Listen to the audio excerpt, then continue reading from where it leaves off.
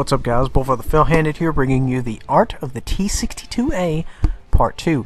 Here we are on Lakeville. Standard battle. The greens occupy the southern spawn, the reds occupy the northern spawn. Typically, with any medium, the 62 is included. I like to go the lake road, maybe get some early shots. With the crunchier mediums, you can typically scooch up a little farther. I mean, you know, and have a better chance of success of pulling back if you are spotted. Now, of course, if you watch my other videos, you know that most of the time when you're spotted, you do not want to fire. You also kind of want to see what distance the people are that you are spotting are. If they're around 400 so meters, you may or may not be okay. Most likely, you'll be okay. But more likely than not, I can't really help myself. I see people, I just like to shoot them, even though you shouldn't shoot them. So no, if you spot people, if you're doing the spotting, don't shoot.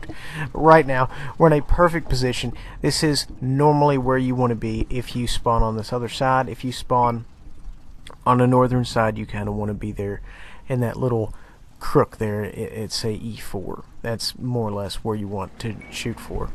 Not really spotting a lot. You know, the Russian tanks are really not known for their amazing sight radius.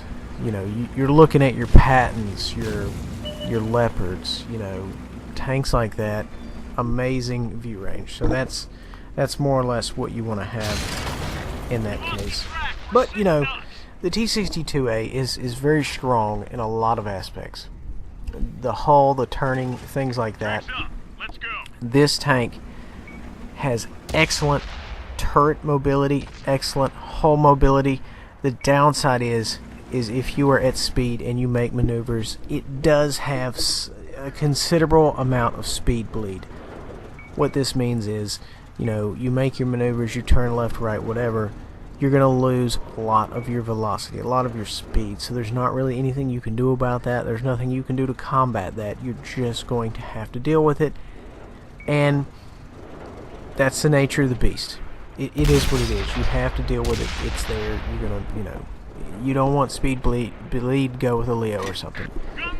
But at this point, you know, we're putting fire on the guys in the center, and that's more or less what you want to do until you see kind of which way the wind blows. You know, back in the day, all the heavies TDs would push the town with maybe a couple of TDs posted up there at J4.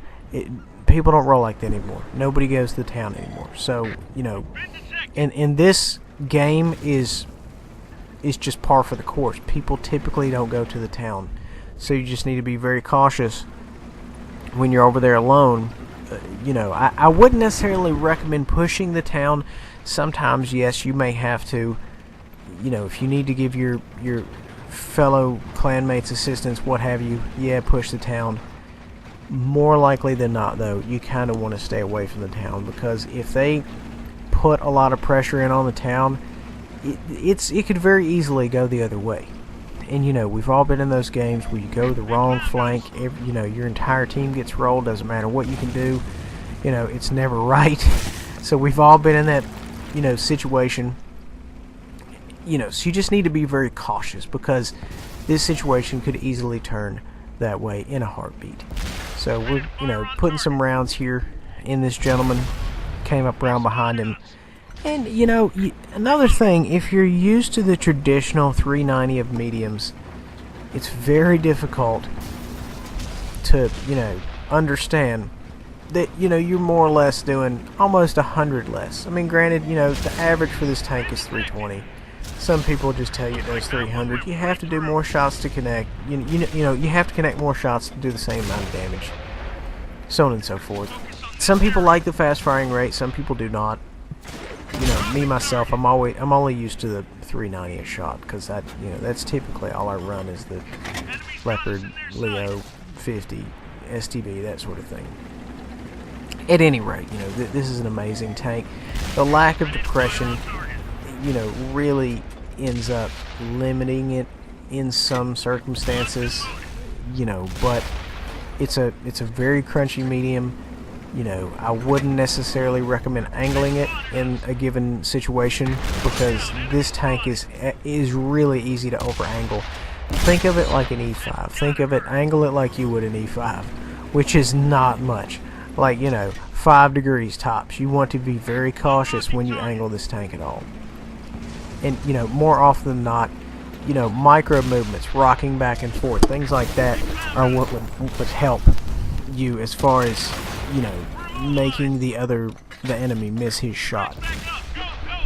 Now, in this case, the city is working out kind of well for us. We are doing okay in the city.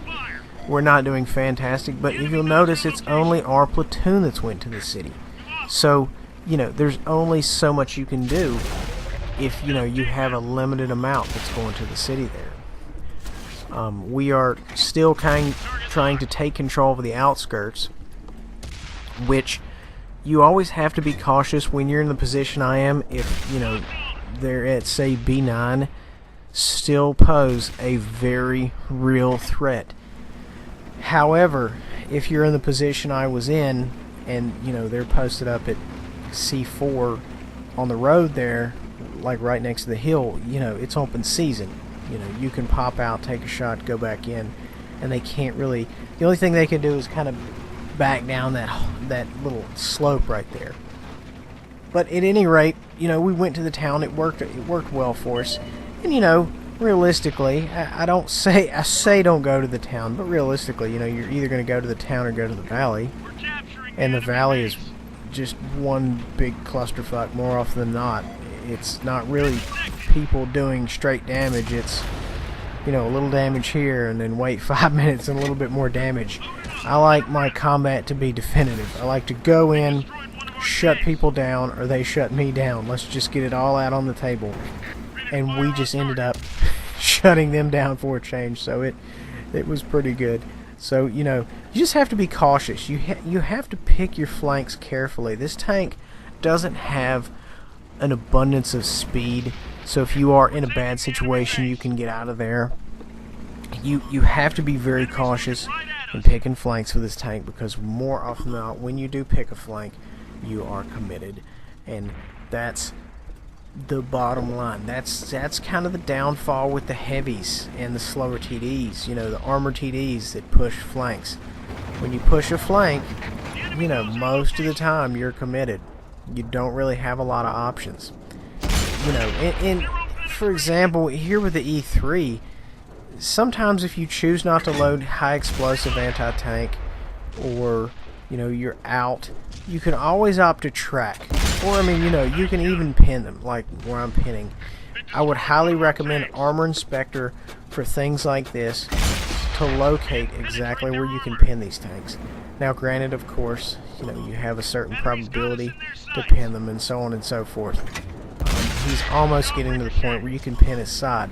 You just have to treat E3s very carefully, because they're very dangerous. Granted, they have no side armor, but normally, even if they turn a little bit, it's at such a steep angle it's going to bounce anyway.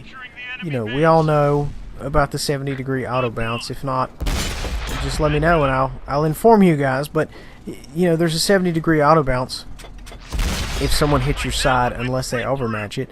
Typically, it's just going to auto bounce. And of course, I get killed there at the end.